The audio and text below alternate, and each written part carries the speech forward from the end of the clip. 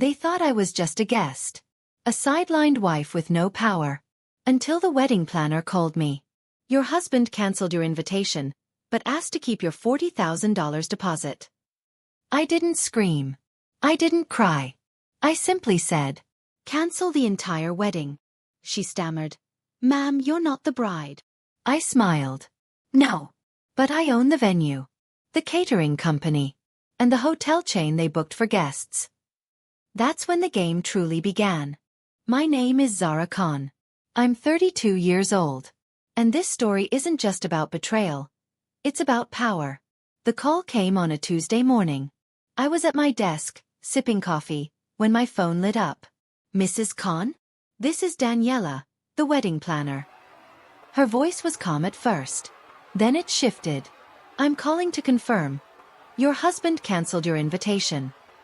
I froze. "My what?" She cleared her throat nervously. "He said you'd still like to keep your $40,000 deposit with us. That you'd prefer it be credited toward your brother's event." A cold laugh escaped me. "My husband," I repeated slowly, making sure I heard it right. "Yes, Mr. Imran Khan." My chest tightened. Imran and I had been married 7 years. 7 years of him holding the purse strings. 7 years of his backroom deals and controlling whispers. But canceling my invitation to my own brother's wedding? That was a new low. Daniela hesitated, sensing the storm brewing on my end of the line. I just wanted to confirm before moving forward. I swiveled my chair toward the glass window of my office. The skyline glowed outside. The city I had built my empire in. Piece by piece. Contract by contract. Brick by brick. "Daniela," I said, voice steady. "Cancel the entire wedding." There was silence. Then a sharp inhale.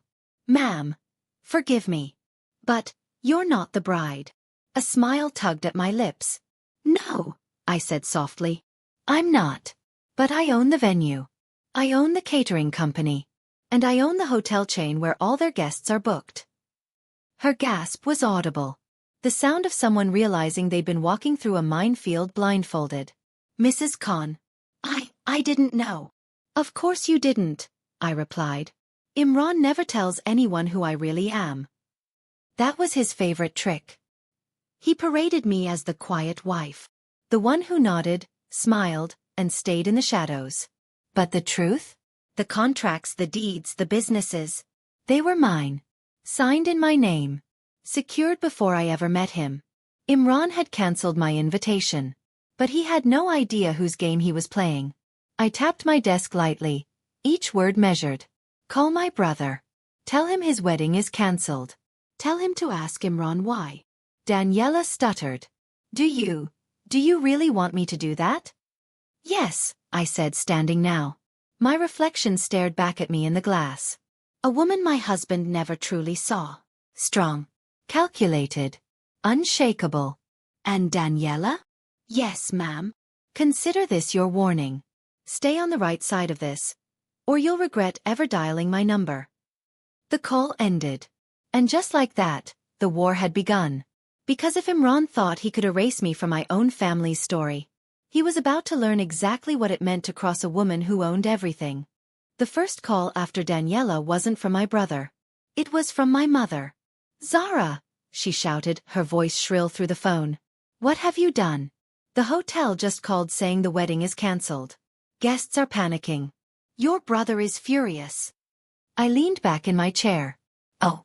Then maybe your son should ask my husband why he thought canceling my invitation was a good idea." Dead silence. Then a soft, confused whisper. "Invitation? What are you talking about?" I told her everything. Word by word. How Imran had called Daniela. How he cancelled my seat. How he tried to pocket my $40,000 deposit like I wouldn't notice. My mother gasped. "Ya Allah!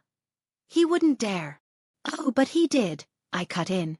"And I decided if I wasn't welcome, then nobody would be." I hung up before she could sputter excuses. 5 minutes later, my brother's number flashed across my screen. I let it ring twice before answering. "Zara, are you out of your mind?" he roared. "What do you mean the wedding is off? People have flown in from London, Dubai." "Ask Imran," I said coldly. He cancelled my invitation. He tried to steal my deposit. If I'm not welcome, neither is your wedding. Zara, this isn't about you. Oh, it is, I interrupted. Because it was my money on the line. My business is on the contracts. And it was me who kept quiet while Imran pretended he ran this family. He didn't speak. I could almost hear his mind racing. Finally he said low and sharp. So all those stories were true. What stories? I asked. That you own everything. That the hotels aren't Dad's legacy. They're yours. That Imran married you because he wanted in. The words landed like a knife. He knew. He had always known. Yes, I said steady. And now you know why I don't play games. If Imran thought he could erase me, he was mistaken. And if you thought siding with him would get you a fairy tale wedding, you were mistaken too. Zara, please, my brother's voice cracked. Don't punish me for his mistake. I almost softened. Almost. But then I remembered the years. The dinners where they laughed at me. The whispers about how lucky Imran was to manage me. The invitations where I was seated far from the family table. Punish him? No. This wasn't punishment. This was justice. I spoke slowly. Your wedding is cancelled. If you want it back, go to Imran. Make him fix the mess he created. Before he could reply, I ended the call. My phone buzzed again. And again. Cousins. Aunties. Friends. Each one demanding answers. Each one realizing the truth piece by piece. Imran thought he could humiliate me quietly. Instead, I had turned his betrayal into a public spectacle. And this was only the beginning. By evening, Imran stormed into my office. No knock. No greeting. Just the slam of the door. What the hell did you do? He barked. You humiliated me. Humiliated this family. I didn't flinch. I didn't even look up from my papers. Instead, I clicked my pen shut and said, Oh, you mean when I cancelled my own brother's wedding? Or when you cancelled my invitation first? His jaw tightened. You're overreacting. It was a symbolic gesture. Symbolic. I rose, locking eyes with him. Cancelling your wife's invitation? Telling a planner to pocket $40,000 of my money? That's not symbolic. Imran. That's theft. And stupidity. He shoved his hands into his pockets, pacing like a caged wolf. You think you're so clever because you own a few businesses. I cut him off with a laugh. A few? Try all of them. The venue. The catering. The hotels. Without me, your precious in-laws don't even have chairs to sit on. His face paled.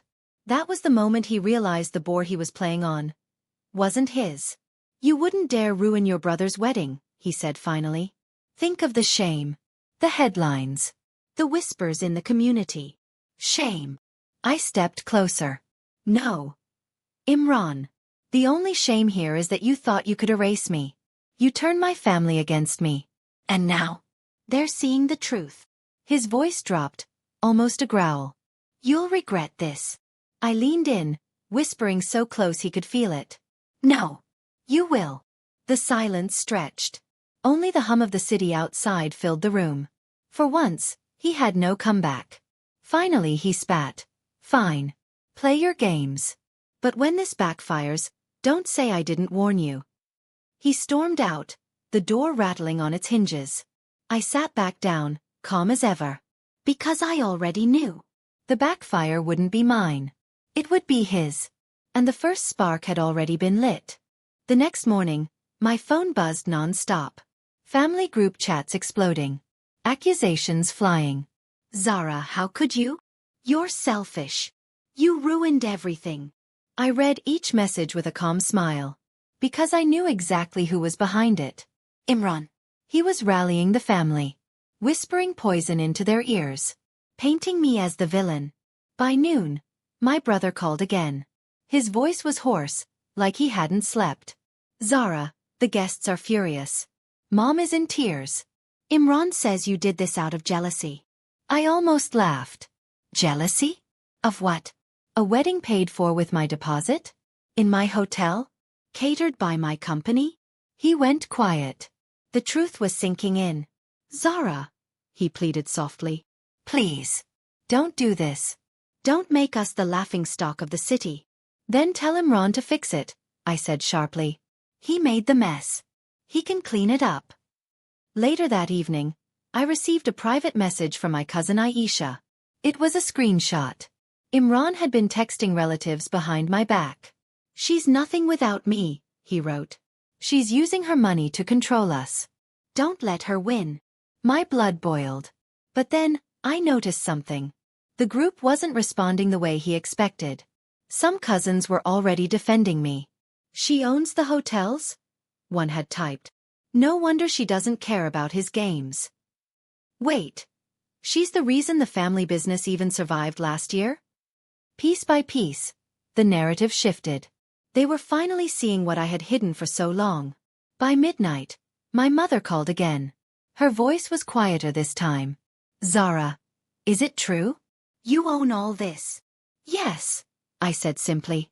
And it's time everyone knew. Silence. Then a shaky sigh. Imran told us you were just his dependent. That word stung. His dependent. The lie he had fed them for years. But now the mask was slipping.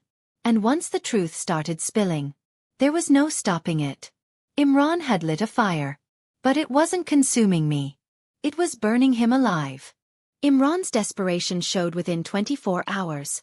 He hosted a family meeting at my parents' house. I wasn't invited, of course. But I didn't need to be. Because one of my loyal staff members, the very driver who chauffeured my parents that day, recorded everything. The video landed in my inbox by nightfall. I pressed play. Imran stood at the head of the living room, pacing like a politician.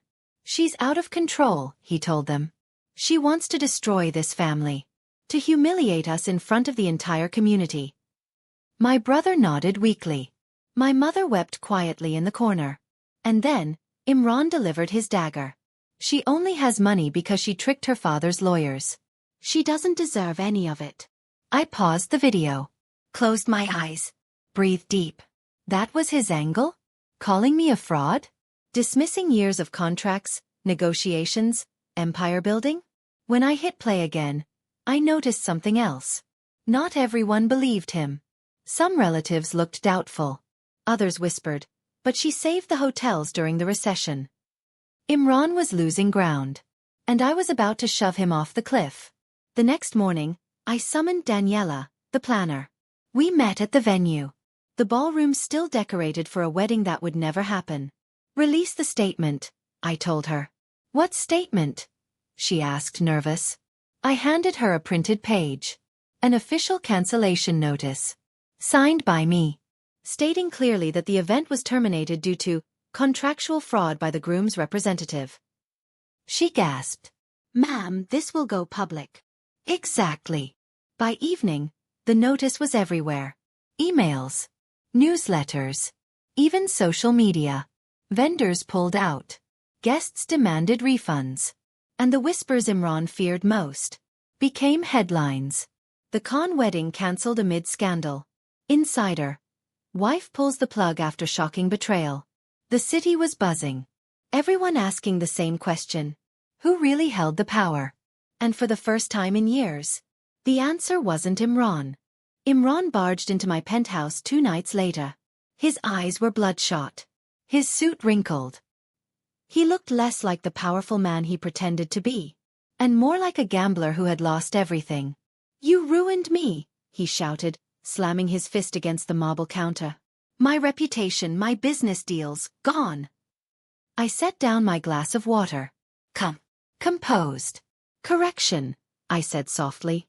You ruined yourself the moment you cancelled my invitation. He sneered. You think this little stunt makes you powerful? Zara, nobody will ever respect you. They'll just see you as the bitter wife who destroyed her own brother's wedding. I rose slowly, every step deliberate. Respect. I whispered. Do you want to know what real respect looks like? I opened the folder on the counter and slid it toward him. His eyes flicked down. And his face drained of color. They were copies of contracts. Notarized. Legal. Unshakable. Every property. Every company. Every account. All in my name. You paraded around like the king, I said, my voice sharp now. But you were living in my castle. He tried to laugh, but it came out broken. This won't last. They'll turn on you. Families always forgive men like me. I leaned in, my words a dagger. Maybe. But investors don't. Business partners don't. And tomorrow, when the press sees these documents, neither will your so-called allies. For the first time in years, he looked small. Deflated. Exposed. You can't, he whispered. You wouldn't. I already did, I replied. The press conference is scheduled for 9 a.m. I'll be there. You won't. He staggered back, gripping the counter like it might hold him up. You've destroyed me, he muttered. No, Imran, I said coldly. You destroyed yourself. I just turned on the lights so everyone could see it. The silence was deafening. The man who once controlled my every move now stood trembling in my home, powerless. As he walked out, shoulders hunched, I knew one thing with certainty. The war was over. And I had won.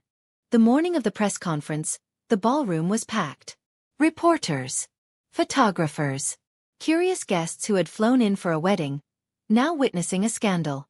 I stood at the podium, not as a sidelined wife, not as a forgotten sister, but as the woman who owned it all. Ladies and gentlemen, I began, my voice steady. The Khan wedding has been cancelled due to misrepresentation and fraud. Cameras flashed. Pens scribbled. Gasps rippled through the room. Let me make this clear, I continued. The venues, the catering, the hotels, everything booked for this event belongs to me. And I will not allow my name, my businesses, or my integrity to be dragged through deceit. A murmur ran through the crowd. The truth was no longer whispered behind closed doors. It was broadcast. My brother sat in the front row, head lowered. I caught his eye. There was anger, but also understanding. For the first time, he realized what I had carried all these years. The questions flew in. Mrs. Khan, are you filing for divorce? Will Imran face charges? What happens to the $40,000 deposit? I smiled faintly. The deposit has been returned. The marriage will be addressed in court. And as for Imran, I paused, letting the silence stretch. He no longer represents this family, or this empire. The room erupted. Flashes blinded. But inside, I felt lighter than I had in years. Later that night, I stood alone in the same ballroom. The chandeliers sparkled above. The table stood empty, untouched. A wedding that never was. And I whispered to myself. They thought they could write me out of the story. But I was the author all along. My phone buzzed one last time. It was Daniela, the planner. Her voice trembled. Mrs. Khan, I just want to say, I've never seen anything like that. You didn't just cancel a wedding. You rewrote the ending. I smiled. Because she was right. Imran's downfall wasn't the scandal. The scandal was that it took this long for them to see me. And as I left the ballroom, I knew this. They would never forget my name again.